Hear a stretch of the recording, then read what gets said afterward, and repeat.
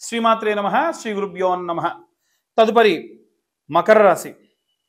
మకర రాశి వారికి సంబంధించి ఈ యొక్క గ్రహణకాల సమయమునందు గ్రహణం తర్వాతి 15 రోజులు తర్వాతకి 21 రోజుల వరకు ఎలా ఉండబోతుంది, ఎలాంటి ప్రతిఫలాలు పొందుతారు, వాటి వలన ఎలాంటి జాగ్రత్తలు తీసుకోవాలనే విషయాన్ని ఇప్పుడు మనం తెలుసుకుందాం. ముఖ్యంగా ఈ యొక్క మకర రాశి వారికి శని రాశ్యాధిపతి, ఆ శని తృతీయ స్థానం నందు సంచారం చేయడము, అలాగే లగ్నస్థానంలో ఉండేటువంటి శని తృతీయంలో సంచారం చేయడం వలన మిస్కమ్యూనికేషన్స్ అనేవి అధికంగా కలిగే అవకాశం ఉంది. ద్వితీయంలోనే మీకు ఈ యొక్క గ్రహణం అనేది ఏర్పడుతూ ఉంది. సంపద, ఆస్తులు, ఫినాన్షియల్ స్టేటస్ ఇవన్నీ కూడా మారుతాయి. అప్పటి వరకు మీకు ఉన్నటువంటి ఫైనాన్షియల్ స్టేటస్ మారుతుంది. గొప్పగా ఉండదు, అలా అని చెప్పి నీచంగా ఉండదు, బట్ మీరు ఎక్స్పెక్ట్ చేసినట్టు మాత్రం ఉండదు.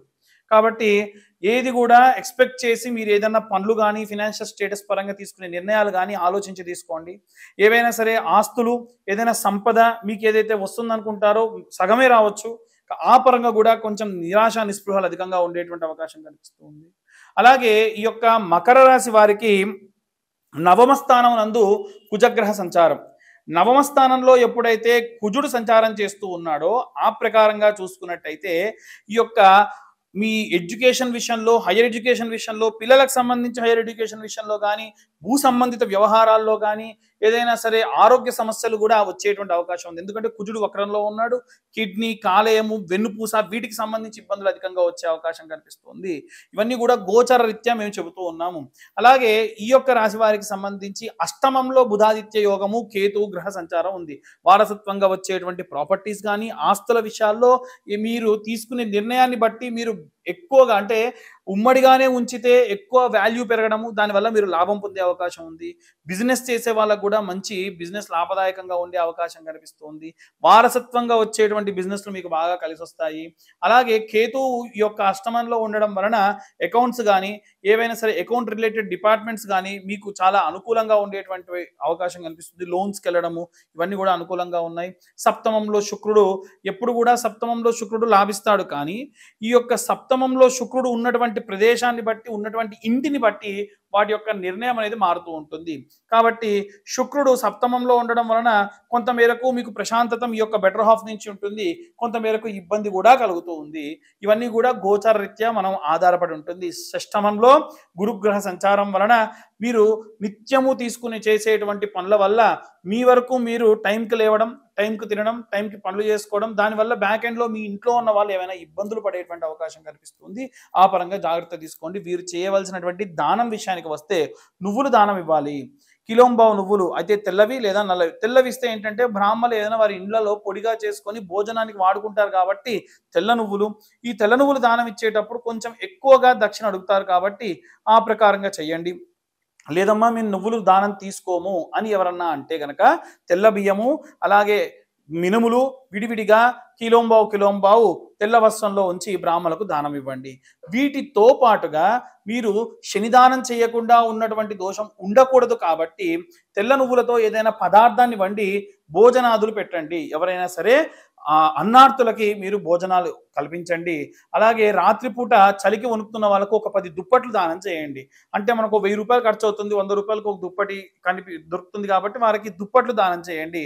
అలాగే వీలైతే మీరు కాళ్ళకు చెప్పులు లేకుండా ఇబ్బంది పడుతున్నటువంటి వారు ఒక 10 మందికి చెప్పులు దానం చేయండి.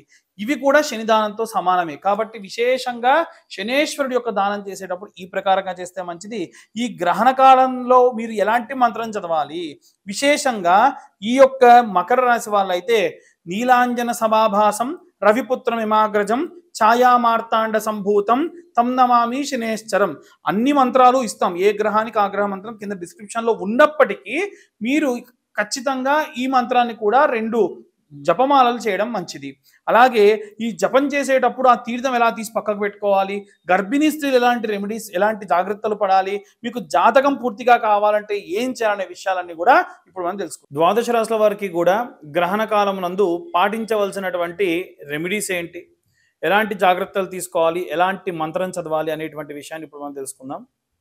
గ్రహణకాల సమయమునందు అంటే గ్రహణం ఏర్పడేటువంటి సమయం ఏదైతే ఉందో అది 8:58 నుండి రాత్రి 1:50 వరకు కూడా ఉంది. అంటే 2 గంటల వరకు ఉంది. ఈ మధ్యకాలంలో ఎవరైనా సరే నవగ్రహ మంత్రాలు చదివితే ఆ యొక్క ఒక్కసారి చదివిన దానికి 10,000 సార్లు లేదా 1000 సార్లు 10,000 సార్లు చదివినటువంటి ప్రతీతి కలుగుతుంది. దాని యొక్క ప్రతిఫలం మీకు కలుగుతుంది. అది కూడా ఒక ప్రాసెస్ ప్రకారంగా చేస్తే మీ జాతకంలో ఏ ఏ గ్రహాలు బాలేకుండా ఉంటే ఆ గ్రహాల యొక్క దోషం అనేటువంటిది పోతుంది. దానికి ప్రాపర్‌గా మనం ఎలా చేసుకోవాలి అనేటువంటిది తెలుసుకుందాం. ఈ సెప్టెంబర్ నెల మొత్తంలో కూడా ఒక్కసారి గ్రహణం అనేటువంటిది ఏర్పడింది అనంటే 15 రోజుల నుండి 21 రోజుల వరకు కూడా గ్రహణం యొక్క ప్రభావం అనేటువంటిది కనిపిస్తూ ఉంటుంది. కాబట్టి ఇప్పుడు ఆ విషయాన్ని మనం ఒక్కసారి చూద్దాం. మనం గ్రహణం ఏర్పడినటువంటి సమయంలో, గ్రహణం నడుస్తున్న సమయంలో ఏదైనా పంచ కట్టుకొని మగవారు కాస్త తడి బట్టలతో కూర్చోవాలి. అది కూడా దర్భ వేసి దానిపైన ఒక ఆసనం వేసుకొని దాని మీద కూర్చోవాలి. ఒక గ్లాస్‌లో నీళ్లు, దాంట్లో కొంచెం దర్భ వేసుకొని, అలాగే ఒక స్పూన్ వేసుకొని, ఒక ప్లేటు, అలాగే ఆ ప్లేట్‌లో కూడా ఒక దర్భ వేసుకోండి. నవగ్రహ మంత్రాలు ఏ గ్రహానికి ఆ గ్రహ మంత్రం కింద డిస్క్రిప్షన్‌లో ఇస్తాం మీకు.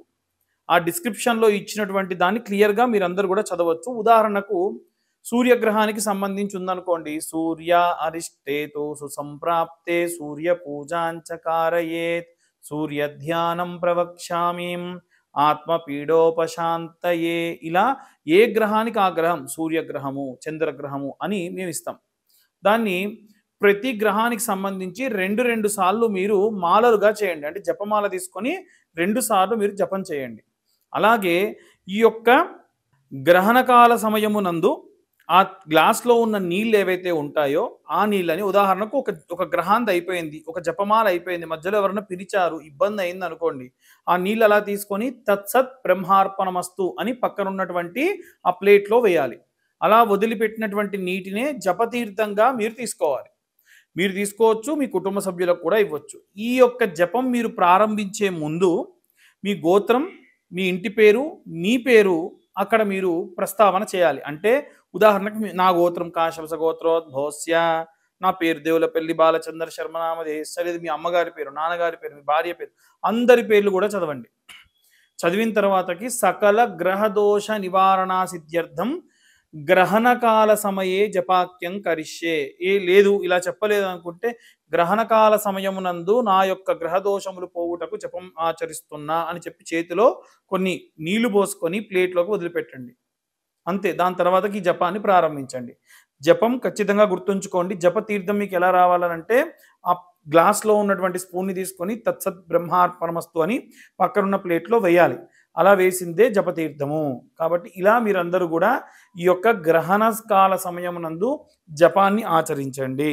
అలాగే ప్రత్యేకంగా చంద్రగ్రహానికి సంబంధించినటువంటి ఈ యొక్క గ్రహణం కాబట్టి, రాహుగ్రస్త చంద్రగ్రహణం కాబట్టి ఇప్పుడు నేను చెప్పే మంత్రం లేదా ఓం నమః శివాయ అన్న మంత్రం, లేదా ఓం నమో భగవతే వాసుదేవాయ అన్న మంత్రం, లేదా ఓం శ్రీమాత్రే నమః అన్న మంత్రం. అంటే మేము ఆ మంత్రం చదవలేమనుకున్న వాళ్ళు ప్రత్యామ్నాయంగా ఈ మంత్రాలన్నీ చదవచ్చు. ఓం గం గణపతయే నమః అన్న మంత్రం. ఇవి చదవడం వల్ల కూడా ఒక్కసారి చదివితే కొన్ని వేల సార్లు చదివినటువంటి ప్రతిఫలం మీ యొక్క ఖాతాలో పడిపోతుంది. దాని వలన మీరు ఎక్కడికైనా వెళ్ళి జపం చేయించుకోవాల్సినటువంటి పని లేకుండా సంతోషంగా మీరు ఆచరించవచ్చు. కాబట్టి ఇప్పుడు ఆ యొక్క జపాన్ని ఎలా ఆచరించాలి అనేటువంటిది మనం తెలుసుకున్నాం. ఇక ప్రత్యేకంగా ఇంకొక మంత్రం చెప్తా అని చెప్పా కదా, చంద్రగ్రహానికి సంబంధించిన మంత్రం. అది ఏమిటంటే ఓం వం అమృతకరాయ అమృతం ప్లావయ ప్లావయ యజమానస్య మృత్యుర్నశ్యతు ఆయుర్వర్ధతాం నమోన్నమః అనేటువంటి మంత్రాన్ని, అంటే ఈ యొక్క అమృతకారకుడైనటువంటి చంద్రుడు మన యొక్క ఆయువును పెంచి ఏవైనా అపమృత్యు భయాలను తొలగించేటువంటి వాడు కాబట్టి ఈ మంత్రాన్ని చదవండి. ఈ మంత్రం కూడా వీలైతే కింద డిస్క్రిప్షన్లో మేము మెన్షన్ చేసేటువంటి పని చేస్తాము. అందరూ కూడా మీకై మీరే చేసుకోవాల్సినటువంటి మంచి సత్సంకల్పంతో ఈ యొక్క నిర్ణయం తీసుకోవడం జరిగింది. ప్రెగ్నెంట్ లేడీస్ ఎవరైనా సరే ఉంటే దయచేసి మీరు పడుకునేటువంటి బెడ్ కింద దర్భ వేసుకోండి. అందరూ కూడా మీ ఇంటి డాబా పైన ఒక దర్భ వేయండి. ఓవర్ హెడ్ వాటర్ ట్యాంక్లో కూడా ఒక దర్భ వేసుకోండి. మీరు డ్రింకింగ్ వాటర్స్లో వేసుకోండి. చాలామంది అడిగే క్వశ్చన్ ఏమిటంటే ఫ్రిడ్జ్లో నిలువ పెట్టుకున్నటువంటి పదార్థములు ఉన్నాయండి, అప్పుడు ఎలా అంటే ఆ పదార్థాల పైన దర్భ వేయొచ్చు. మీరు ఓపెన్ చేసినటువంటి పదార్థములు ఉప్పులు పప్పులు అన్నిట్లో కూడా ఒక్కొక్క దర్భ పోచ వేసుకోండి. ఇలా చేయడం వలన ఈ గ్రహణకాల సమయమునందు ఉన్నటువంటి దోషములు ఆ పదార్థములకు తగలకుండా ఉంటాయి. ఎవరైనా సరే సాయంత్రం 7:50 లోపే మీరు ఖచ్చితంగా ఈ యొక్క భోజనాదులన్నీ కూడా పూర్తి చేసుకోవడం మంచిది.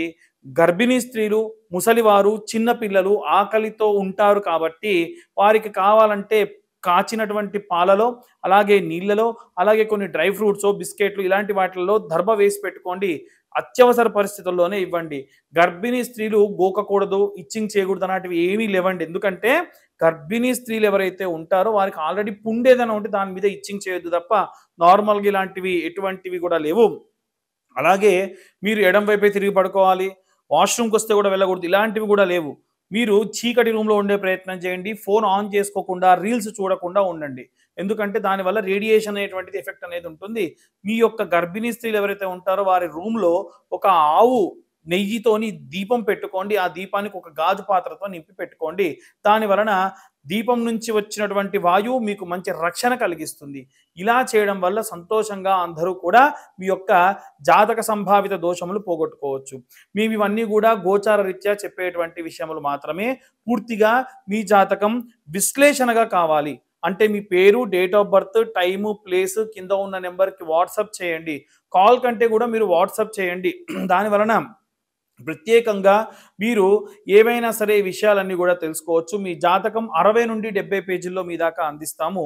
ఈ నెల మన ఎంకే టీవీలో ఎవరైతే జాతకం 2025 రూపాయలు చెల్లించి చెప్పించుకుంటారో, ఈ జాతకం అంతా మీ దాకా అందివ్వాలంటే 2025 రూపాయలు ఛార్జ్ చేయడం జరుగుతుంది. ఈ 2025 రూపాయలు ఎవరైతే చెల్లించి జాతకం చెప్పించుకుంటారో వారికి ప్రత్యేకంగా ఈ యొక్క లక్ష్మీ కుబేర, లక్ష్మీ గణపతి లేదా లక్ష్మీదేవికి సంబంధించినటువంటి యంత్రాన్ని ఇవ్వడం జరుగుతుంది. అయితే ఈ యంత్రం విశేషత ఏమిటంటే మేము ఆల్రెడీ హోమంలో పెట్టినటువంటి యంత్రము. వీటితో పాటు ఈ యొక్క జ్వాలాముఖి మాల కూడా మీకు ఈ జాతకం చెప్పించుకున్న వాళ్ళకి కొరియర్ చేయడం జరుగుతుంది. జాతకానికి 2025 రూపాయలు అవుతాయి. వాస్తవంగా వీటి ఛార్జ్ చేసి ఇవన్నీ సరిపోతాయి. జాతకానికి అసలు ఛార్జ్ లేదని అర్థం. కాకపోతే ఏంటంటే ఉన్నటువంటి రోజులు చాలా ఇబ్బందికరమైనటువంటి రోజులు ఉన్నాయి కాబట్టి ఎవరైతే ఈ యొక్క జాతకం చెప్పించుకుంటారో వారికి ఈ యొక్క కుబేర యంత్రము, అలాగే ఈ యొక్క జ్వాలాముఖి మాల జాతకం చెప్పించుకున్న వాళ్ళకి ఇవ్వడం, కొరియర్ పంపించడం జరుగుతుంది. ఆసక్తి కలవారు కింద ఉన్న నెంబర్కి కాంటాక్ట్ చేయొచ్చు. సర్వే జనా సుఖినో భవంతు. స్వస్తి.